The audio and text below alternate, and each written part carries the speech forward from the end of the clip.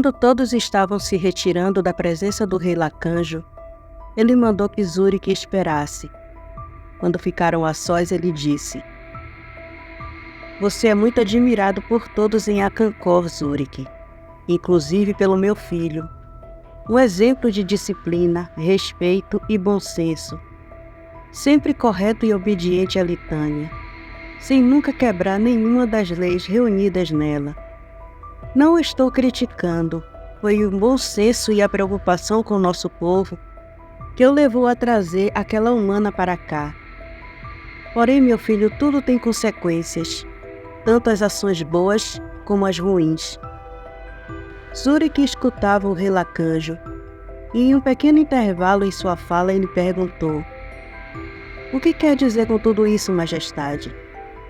Lacanjo sentou em seu trono e, observando Zurique com seu olhar sábio, ele respondeu: "Quero dizer, filho, que imagino que algo a mais que apenas a compaixão o levou a tomar a decisão de trazer a humana para Acancor. Agora me diga, Zurique, estou certo em minha suposição?" Zurique abaixou a cabeça e suspirou pesadamente, e então respondeu: "O senhor está certo, meu rei. A mulher me viu quando assumi a minha forma felina, ainda na aldeia. Como não tinha visto ninguém, além de restos, eu acabei me descuidando. Eu não poderia apenas deixá-la lá, ferida como estava, e muito assustada ao me ver. Então a trouxe, porque também é importante que saibamos o que está acontecendo." Lacanjo apenas o observava. Compreendia os motivos dele. Também achou certo ter uma sobrevivente como fonte de informação sobre o que estava dizimando as aldeias. Mas se apenas aceitasse as desculpas de Zurique pela quebra da Litânia, sem nenhuma punição, estaria indo contra as leis que mantêm a sociedade dos Ueriquetes em harmonia. Ele então perguntou: "Você tem alguma pretendente no reino, Zurique? Há alguma jovem que lhe desperte o interesse além da amizade?" Zurique ficou confuso e nervoso com a pergunta do rei. Nunca havia pensado nisso. Sempre vivia para treinar seus batedores e cuidar de sua família. Desde que seu pai foi morto por caçadores, ele, como filho mais velho, apesar de jovem, teve o peso dessa responsabilidade sobre suas costas. Se empenhou tanto em provar que era capaz de assumir tudo isso tão bem quanto seu pai, que se tornou melhor que ele, porque era mais prudente e cuidadoso, e ensinava seus batedores a serem do mesmo jeito. Não havia espaço e nem tempo em sua vida para uma esposa, uma família.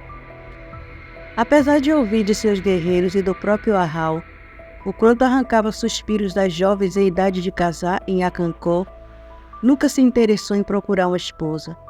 Então respondeu para o rei Lacanjo, mesmo sem jeito: "Não, majestade, não tenho interesse em ninguém. Não acho que estamos em momento para pensar nessas coisas."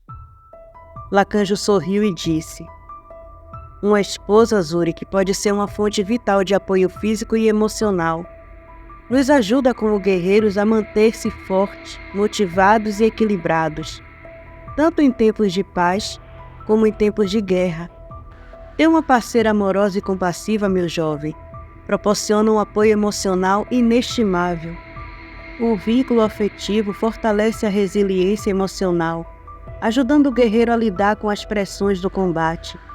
Se houver filhos, melhor ainda, porque isso dará ao guerreiro um sentido de propósito maior, o motivando a lutar e a proteger sua família. Uma esposa, Zurique, pode oferecer conselhos sábios e perspectivas diferentes. Pode lhe ajudar a tomar decisões mais equilibradas e ponderadas. Ter alguém para compartilhar preocupações e discutir estratégias pode aliviar a carga emocional e mental, Zurique. Uma esposa não é um capricho. Não é só para procriar e perpetuar a espécie. Uma esposa é uma dádiva, um presente carinhoso de Gaia para seus filhos. E ela acaba de lhe dar esse presente, Zurique. Porque a partir de hoje, aquela mulher que está aos cuidados de Shu será sua companheira. Ela não pode sair de Acancor, não depois do que viu e do que verá quando acordar. Ela é sua responsabilidade, Zurich. Deverá cuidar dela, respeitá-la e garantir sua sobrevivência e conforto. Deverá fazê-la feliz, porque ver os seus serem mortos e quase morrer é um trauma emocional muito profundo, uma dor e tristeza que se carrega por toda a vida. Nada é por acaso, meu filho. Os caminhos do grande pai Ailê e da grande mãe Gaia são misteriosos e só devemos aceitar sem questionar. Zurich estava atônito. Ele sabia que seria punido, mas não esperava aquilo. Casar não estava em seus planos. Na verdade, nunca esteve. Ainda surpreso, ele perguntou para o rei Lacanjo: "Está me punindo, majestade?" Apesar de não parecer uma punição, é sim, Zurich. Estou lhe punindo por quebrar 2 das leis da Litânia. Zurich não questionou a decisão do rei. Percebeu a bondade dele até naquela punição. Não era algo tão ruim e nem tão doloroso, mas com toda certeza ainda era uma punição. "Eu aceito sua punição, majestade. Agora peço permissão para me retirar." "Permissão concedida, Zurich. E só mais uma coisa. Continue sendo esse guerreiro notável que é. Só não quebre mais nenhuma lei." Zurich reverenciou o rei e se retirou. Quando saiu da sala real, no corredor, recostado em um dos pilares estava Hal, o observando com ar de riso. Zurich passou por ele e disse: "Tenho certeza que seus pais lhe deram educação, mas percebo que não aprendeu. Por isso escuta as conversas por trás das portas." Hal passou o braço em volta do ombro de Zurich e respondeu ao seu comentário: "Eu sou seu amigo, Zurich, e serei seu parente porque gosto de uma de suas irmãs. Mas precisava saber da punição que meu pai lhe daria, para que eu pudesse intervir e livrar a cara do meu futuro parente e melhor amigo." Zurich respondeu sem expressar tanta animação quanto Hal: "Não acho que possa livrar minha cara dessa punição.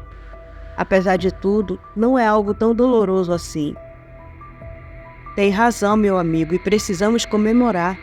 Afinal, o poderoso e cobiçado Zurich foi fisgado pelo anzol do casamento." Zurich nada disse. Não era de falar muito e não estava tão empolgado quanto Hal. Na verdade, estava com medo.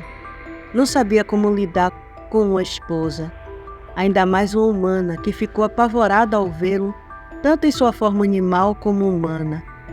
Mas quebrar uma das leis da Litânia tinha consequências, e agora ele teria que aprender como lidar com essa punição. A Litânia da Sociedade Uerequetes. A Litânia é um conjunto de leis ou dogmas que governam o comportamento e a cultura dos Uerequetes, funcionando como um código de conduta. Era um conjunto de 11 leis que todo Uerequete, desde a tenra infância, deveria aprender e seguir. Primeira lei: não é permitido trazer humanos para a tribo.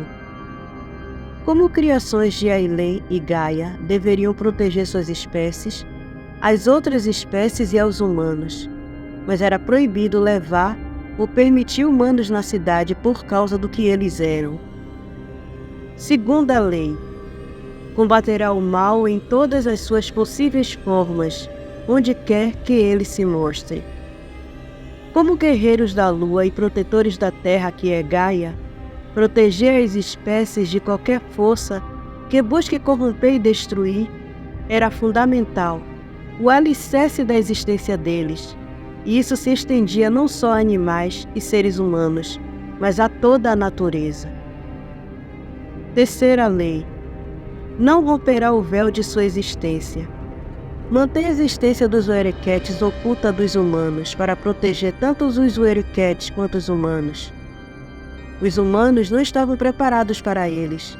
Mesmo havendo aqueles com uma compreensão mais profunda, era proibido se mostrar. Quarta lei: aceitarás uma derrota de forma honrada. A honra e a dignidade são mais importantes que a vitória. Desde que a derrota seja conseguida com honra, ela deve ser aceita, e o Erequete envolvido deve aceitar e reconhecer a superioridade de seu adversário. Quinta lei. Respeite os mais fracos, pois todos são filhos de Gaia. A hierarquia deve ser respeitada, mas todos merecem compaixão e justiça, mesmo os mais fracos, tanto os dos Erequetes como humanos ou qualquer outra criatura da natureza. Sexta lei. Obedeça os Erequetes que ocupam um posto mais elevado. A estrutura hierárquica é crucial para a ordem e a eficácia das ações. O respeito mantém a ordem, o equilíbrio e a segurança, e a vida segue com mais fluidez. Sétima lei. Os espólios de guerra devem ser divididos com todos, porém a melhor parte deve ser oferecida ao rei. Honrar aquele que lidera, pois ele carrega o posto de responsabilidade por todos, e dividir a alegria da vitória com todos mantém uma convivência pacífica, onde nenhum indivíduo se sente lesado, pois todos de alguma forma contribuem para o fim esperado. Oitava lei. Em tempo de paz, a vigilância não deve ser negligenciada. O mal nunca dorme. A liderança deve ser forte e estar sempre alerta. Em tempos de paz, questionar e desafiar a liderança como uma forma de treino fortalece a tribo. Nona lei. Não comer carne de humanos. Respeitar a sacralidade da vida humana e manter a integridade de sua própria espécie é vital para um Erequete. Décima lei. Não será um fardo para seus irmãos. Cada Erequete deve contribuir para a sobrevivência e prosperidade da tribo, evitando ser um peso para os outros. Cada espécie dentro da sociedade Erequete tem uma função específica a desempenhar. Fazer isso com dedicação, responsabilidade e compromisso é fundamental para o crescimento da sociedade e do indivíduo. 11ª e última lei. Não fará nada que coloque em risco ou que cause a violação de um cairn. Os cairns são lugares sagrados e devem ser protegidos a todo custo. Respeitar e preservar a santidade deste lugar é prioridade. No caso dos Erequetes, o cairn é Itzel, a filha do xamã. Ela é a guardiã e o próprio cairn deve ser protegida por todos da tribo. Esse conjunto de leis rege a sociedade dos Erequetes, o que faz com que ela seja forte, unida e em constante evolução. Zorik seguia calado pensando em cada uma dessas leis, e que em um único passeio ele quebrou 2 delas. Ahau ia planejando os eventos que envolviam a futura união de Zorik com a indígena que ele salvou, e quando chegaram à porta da casa de Shu, Ahau silenciou. O cheiro diferente que Zorik sentiu na indígena estava mais forte. Os dois sentiram o frio subir por suas espinhas, quando uma loba negra de olhos azuis saltou pela porta da casa de Shu. Se esbarrou com os dois, caindo no meio da rua. Ela estava assustada e olhava para todos, rosnando furiosa. A loba se levantou, sacudiu a poeira e correu sem destino pelas ruas de Acancó. Zorik e Ahau assumiram suas formas felinas e partiram atrás dela.